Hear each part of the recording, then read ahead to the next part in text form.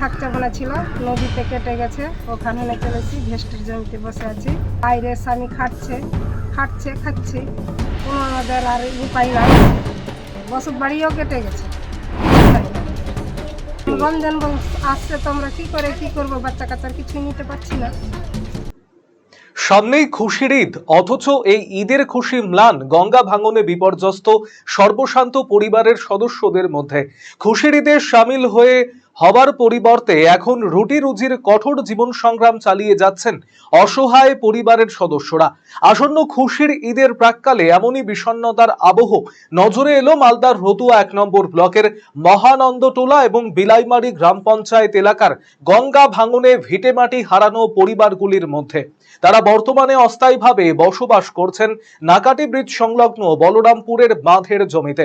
আবার কেউ বসবাস শুরু করেছেন দেবীপুর কুঠি বাগানে। সেখানে এখনো খুশির ঈদের বার্তা যেন পৌঁছয়নি। সকলের চোখে মুখে রয়েছে ভিটেমাটি হারানোর তীব্র যন্ত্রণা।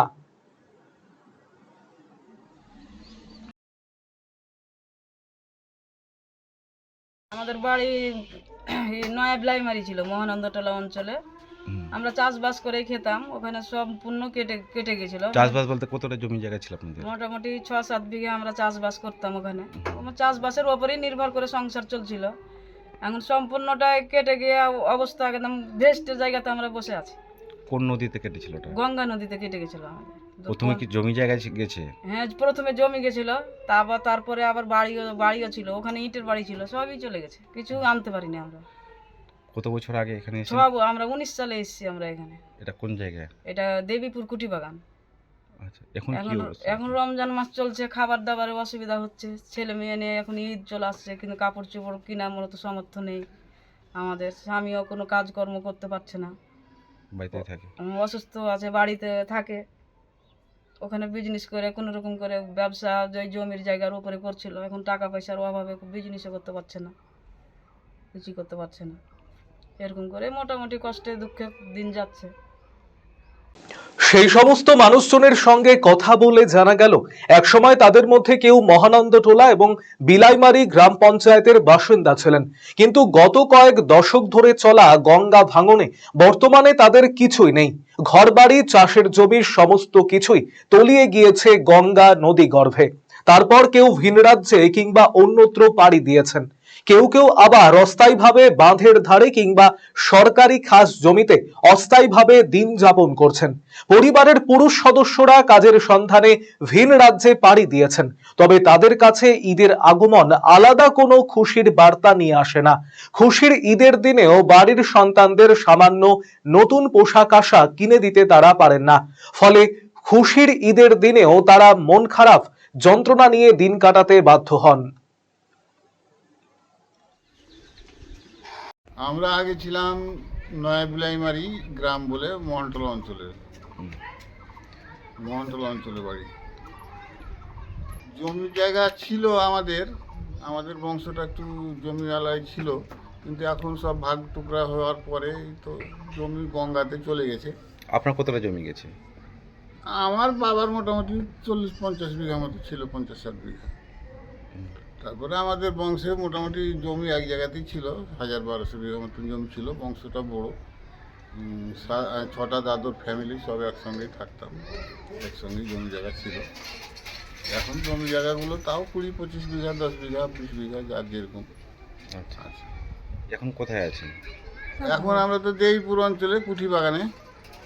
কি জমি কিনে বসেছেন এখানে? না, জমি কিনে বসিনি, কিন্তু পয়সা দিয়ে বসেছি। এগুলো খাস সম্পত্তি, টাকা নিয়ে বসেছি। এখানে আমাদের মতো পরিবার বিলাইমারি মহানটোলা মোটামুটি 300 ঘর হয়ে যাবে, 300 ঘর। এবছর কি এসছে এখানে? হ্যাঁ, এবছরে এসছে প্রায় 25-30 ঘর আসলো। ওই যে নতুন বাড়িগুলো করছে ওইদিকে বাড়িগুলোতে। আর ওই সব এলাকার লোক কোথায় কোথায় গেল? কেউ গাজল, কেউ চাঁচল, কেউ রতুয়া, কেউ শামসি, মানে কেউ বিহারে চলে গেছে, পূর্ণিয়ায়, কাটিহার, এদিকে অনেক জায়গায় আছে। জঞ্জালটোলার লোক এই বাঁধে, তারা তো কই কিছু বলছে না। তো ভোট নেওয়ার সময় নিচ্ছে হাত জোড় করে যে ভোট দাও, ই করে দেবো, ও করে দেবো। কই আমাদের কিছু দেয়নি এখন পর্যন্ত। এখন পর্যন্ত আমাদের নদী কাটা বলে কিছু পাইনি আমরা। ওই সরকারের যে চালটা পাই মাসে মাসে ওটাই খাই আর কি, রেশনের চাল। রেশনের চালটা। তাছাড়া সরকার আমাদের একটা তিরপালও দেয়নি। বন্যার জন্য গ্রামবাসীকে যে হিসাবে দেয় ওই হিসাবেই তিরপালগুলো দিয়েছে। নদী কাটার জন্য কিছু দেয়নি, যে নদী কাটলো তোমাদের জায়গা দিলাম বা কিছু টাকা দিলাম, এগুলো কিছু দেয়নি। রমজান মাস কি ছেলেগুলো সব বাইরে, ছেলে মেয়েরা সব বাইরে, যারা যুবক বাইরে থেকে টাকা পয়সা পাঠায়, ওদের থেকে আমরা খরচ করি, কিছু কিছু খাই, ওরকম অ্যাভেলেবলভাবে না সংসার। আমাদের এই ক্লিনিকে সমস্ত রকম দাঁতের চিকিৎসা করা হয়, যেমন দাঁত তোলা, আরসিটি, দাঁত বাঁধানো, দাঁতের ফিলিং এবং আরো বিভিন্ন রকম সমস্ত রকম আধুনিক পরিষেবা এখানে দাঁতের দেওয়া হয়। রায়গঞ্জ তথা উত্তর দিনাজপুর জেলার প্রখ্যাত দন্ত চিকিৎসক কালিদাস সাহার দন্তসাথী এখন আরো আধুনিক ও উন্নত মানের পরিষেবা নিয়ে এসেছে সকলের জন্য। অত্যাধুনিক টেকনোলজি নির্ভর এই সুপরিচিত অ্যাডভান্স ডেন্টাল ক্লিনিকে এখন নিয়মিত বসছেন ডক্টর কালিদাস সাহা ও ডক্টর অরিত্র সাহা। অ্যাপয়েন্টমেন্টের ভিত্তিতে বসছেন ডক্টর অর্ণব সাহা ও ডক্টর অঙ্কিতা পাল সাহা। তাই দাঁতের যে কোনো ছোট বড় সমস্যার সমাধানে আজই আসুন দন্তসাথী, রায়গঞ্জ উকিলপাড়া, রামকৃষ্ণ আশ্রম ও মার্চেন্ট ক্লাব মাঠের সন্নিকটে। এখন আপনার প্রিয় রায়গঞ্জ শহরের বুকে মোবাইল এবং নানান ধরনের নিত্য প্রয়োজনীয় ইলেকট্রনিক্স এবং ইলেকট্রিক সামগ্রীর বিশাল সম্ভার। অত্যন্ত সুলভ মূল্যে এই সমস্ত সামগ্রী পেতে আজই আসুন মুক্তি স্টুডিও ও সুপার কালেকশনে। Surya, Khaitan, Kent, Nokia, Oppo, itel, Realme, T Series সহ নানান বিখ্যাত কোম্পানির সুপার কালেকশন আপনার মন জয় করবে। তাই মনের মতো fan, electric iron, geyser, water purifier, sound system, TV, washing machine সহ বিভিন্ন কালেকশন পেতে আজই চলে আসুন রায়গঞ্জ স্টেশনের সম্মুখ ও উকিলপাড়া কমল টকিজ সংলগ্ন সুপার স্টকিস্ট মুক্তি স্টুডিও ও সুপার কালেকশনে। মুক্তি studio and super collection, station road, Mohanbati, Raiganj.